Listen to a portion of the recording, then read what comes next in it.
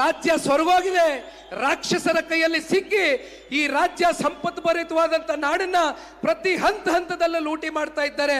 ಇಂಥ ಲೂಟಿಕೋರನ್ನ ಮೆಟ್ಟಿ ನಿಲ್ತಕ್ಕಂಥ ಒಬ್ಬ ನಾಯಕತ್ವ ಈ ಕರ್ನಾಟಕ ಮಣ್ಣಿನಲ್ಲಿ, ಹಾಸನ್ ಮಣ್ಣಿನಲ್ಲಿ ಯಾರಾದ್ರೂ ಹುಟ್ಟಿದ್ರೆ ಅದು ಸನ್ಮಾನ್ಯ ಕುಮಾರಣ್ಣ ಅವರು. ಮತ್ತೆ ಸನ್ಮಾನ್ಯ ಕುಮಾರಣ್ಣ ಅವರು ಈ ರಾಜ್ಯದ ಮುಖ್ಯಮಂತ್ರಿಗಳಾಗಿ 3ನೇ ಬಾರಿ 2028ರಲ್ಲಿ ಇವತ್ತು ಈ ಪಕ್ಷದ ಕಾರ್ಯಕರ್ತನಾಗಿ ಹೇಳ್ತಾ ಇದ್ದೇನೆ.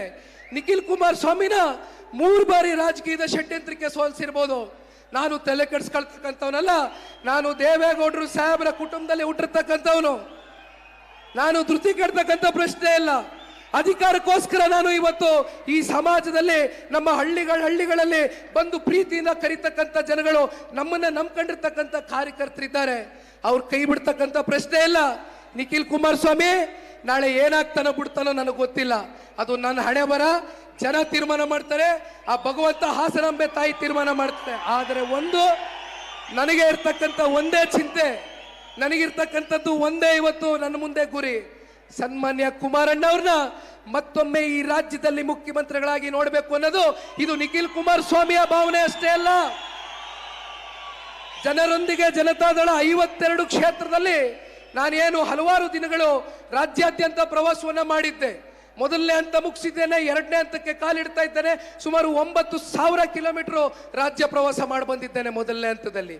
ಜನ ಎಲ್ಲಿ ಹೋದ್ರು ಕೂಡ ಒಂದೇ ಮಾತು ಹೇಳ್ತಾರೆ, ಸನ್ಮಾನ್ಯ ಕುಮಾರಣ್ಣ ಅವರು ಅವರ ಒಂದು ಅಲ್ಪಾವಧಿ ಇದ್ರೂ ಕೂಡ ಅವರು ಕೊಟ್ಟಿರ್ತಕ್ಕಂಥ ಕಾರ್ಯಕ್ರಮಗಳು, ಅವರು ನೀಡಿರ್ತಕ್ಕಂಥ ಯೋಜನೆಗಳು ಬಹುಶಃ ಇವತ್ತು ಮನೆ ಮಾತಾಗಿದೆ. ಕುಮಾರಣ್ಣ ಅವರು ಬಂದ್ರೆ ಮತ್ತೆ ಈ ರಾಕ್ಷಸರ ಕೈಯಿಂದ ಈ ರಾಜ್ಯವನ್ನ ತಪ್ಪಿಸಿ ರಾಮ ರಾಜ್ಯವಾಗಿ ಕಟ್ತಕ್ಕಂಥದಕ್ಕೆ ಸನ್ಮಾನ್ಯ ಕುಮಾರಣ್ಣ ಅವರು ಈ ರಾಜ್ಯದಲ್ಲಿ ಮತ್ತೊಮ್ಮೆ ಮುಖ್ಯಮಂತ್ರಿಗಳು ಆಗೇ ಆಗ್ತಾರೆ ಅಂತಕ್ಕಂಥದ್ದು ಈ ಸಂದರ್ಭದಲ್ಲಿ ನಾವೆಲ್ಲರೂ ಕೂಡ ಕಾರ್ಯಕರ್ತ ಬಂಧುಗಳು ದಯಮಾಡಿ ಇನ್ನೊಂದು 2.5 ವರ್ಷ ಇದೆ, ಹಲವು ದಿನಗಳಿದೆ. 18 ಗಂಟೆಗಳು ನಿಮ್ ಜೊತೆ ಪ್ರತಿನಿತ್ಯ ನಾನು ದುಡಿಲಿಕ್ಕೆ ಸಿದ್ಧ ಇದ್ದೇನೆ. ನೀವೆಲ್ಲಿ ಕರೆದ್ರು ಬರ್ತೇನೆ, ನೀವೇನು ಹೇಳಿದ್ರು ಮಾಡ್ತೇನೆ. ಪಕ್ಷಕ್ಕೋಸ್ಕರ ಗಟ್ಟಿ ನಾಯಕತ್ವವನ್ನು ಕಟ್ಟೋಣ, ಹೊಸಬರಿಗೆ ಅವಕಾಶವನ್ನ ಕೊಡೋಣ, ಹಿರಿಯರ ಮಾರ್ಗದರ್ಶನವನ್ನ ತಗೋಣ. ಒಟ್ಟಾರೆಯಾಗಿ ಸನ್ಮಾನ್ಯ ದೇವೇಗೌಡರು ಸಾಹೇಬರು ಈ ಇಳಿ ವಯಸ್ಸಿನಲ್ಲಿ 93 ವರ್ಷ ವಯಸ್ಸು, ಲೋಕಸಭೆ ಸದನದ ಒಳಗಡೆ ಯಾವ ಒಬ್ಬ ಸಂಸದ ಬರ್ಲಿಕ್ಕಿಂತ ಮುಂಚಿತವಾಗಿ ನಮ್ಮ ಕಣ್ಣಾರೆ ನಾನು, ಸೂರಜ್ಜು, ರೇವಣ್ಣ ಸಾಹೇಬರು, ನಮ್ಮ ಕುಟುಂಬದವ್ರು ನೋಡಿದ್ದೇವೆ. ದೇವೇಗೌಡರು ಸಾಹೇಬರು ಒಂದು ದಿನ ಸಂಸತ್ಗೆ ಹೋಗದೆ ಇರ್ತಕ್ಕಂಥ ಒಂದು ದಿನ ಇಲ್ಲ. ಈ ವಯಸ್ಸಿನಲ್ಲಿ ಹೋಗ್ತಾರೆ. ಯಾತಕ್ಕೋಸ್ಕರ ದೇವೇಗೌಡರು ಸಾಹೇಬರು ಸಂಸತ್ಗೆ ಹೋಗ್ತಾರೆ? ನಮ್ಮ ಕನ್ನಡ ನಾಡಿನ ನೆಲ, ಜಲ, ಭಾಷೆ, ಸ್ವಾಭಿಮಾನವನ್ನ ಉಳಿಸ್ತಕ್ಕಂಥದಕ್ಕೆ ಇವತ್ತು ಸನ್ಮಾನ್ಯ ದೇವೇಗೌಡರು ಸಾಹೇಬರು ಈ ಇಳಿ ವಯಸ್ಸಿನಲ್ಲಿ ಹೋರಾಟ ಮಾಡಬೇಕಾದ್ರೆ ಇವತ್ತು ನಮ್ಮಂತ ಚಿಕ್ಕ ವಯಸ್ಸಿನ ಹುಡುಗರುಗಳು, ನನಗೂ ವಯಸ್ಸಾಯ್ತು, ನಾನೇನು ಚಿಕ್ಕವನೇನಲ್ಲ, 38 ಆಗೋಯ್ತು. ಆದರೂ ರಾಜಕಾರಣದಲ್ಲಿ ಬಹುಶಃ 38 ಇನ್ನೂ ಚಿಕ್ಕ ವಯಸ್ಸು ಅನ್ಕೊಂಡಿದ್ದೇವೆ, ನಮಗೂ ಸೂರಜ್ಗೂ ಎಲ್ಲ.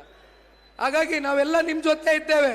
ಇವತ್ತು ಕುಟುಂಬ ಅಂದ್ರೆ ದೇವೇಗೌಡರ ಕುಟುಂಬ ಮಾತ್ರ, ಕಾರ್ಯಕರ್ತರು ಅಂತಕ್ಕಂಥದ್ದು ನಮ್ಮ ಕಾರ್ಯಕರ್ತರು ನಮ್ಮ ಕುಟುಂಬ, ದೇವೇಗೌಡರ ಕುಟುಂಬ ಮಾತ್ರ ಇವತ್ತು ಕುಟುಂಬ ಅಂತಕ್ಕಂಥದ್ದನ್ನ ನಾವು ಅನ್ಕೊಳ್ಳಿಕ್ಕೆ ಸಾಧ್ಯ ಇಲ್ಲ. ದಯಮಾಡಿ ಇನ್ನೂ ಸಾಕಷ್ಟು ಜನ ಮಾತನಾಡ್ತಕ್ಕಂಥದ್ದಿದೆ. ಇವತ್ತು ಇಷ್ಟು ಬೃಹತ್ ಸಂಖ್ಯೆಯಲ್ಲಿ ನೀವೆಲ್ಲರೂ ಕೂಡ ಬಂದು ಸೇರಿರುವಂಥದ್ದು ಬಹುಶಃ ಇದು ನಾವು ಎಂದೂ ಕೂಡ ಮರೀಲಿಕ್ಕಾಗೋದಿಲ್ಲ. ಒಂದು ಕೊನೆಯದಾಗಿ ಹೇಳ್ತೇನೆ, ಯಾರೂ ಕೂಡ ಕುಮಾರಣ್ಣನ ಆರೋಗ್ಯದ ವಿಚಾರದಲ್ಲಿ ಕಿಂಚಿತ್ತು ಚಿಂತನೆ ಮಾಡಬೇಡಿ. ನಿಮ್ಮಂಥ ತಂದೆ ತಾಯಂದ್ರಗಳ ಪ್ರಾರ್ಥನೆ ಇವತ್ತು ಹಾಸನ ನಾಡಿನ ನಮ್ಮ ಮಣ್ಣಲ್ಲಿ ನಿಂತು ಹೇಳ್ತಾ ಇದ್ದೇನೆ, ಹಾಸನಾಂಬೆಯ ಒಂದು ಅನುಗ್ರಹ, ಅವರ ತಂದೆ ತಾಯಿ ಮಾಡಿರ್ತಕ್ಕಂಥ ಒಳ್ಳೆ ಕೆಲಸ ಕಾರ್ಯಗಳು 100ಕ್ಕೆ 100ರಷ್ಟು ಅವ್ರಿಗೆ ಶ್ರೀರಕ್ಷೆ ಆಗಿ ನಿಲ್ಲುತ್ತೆ.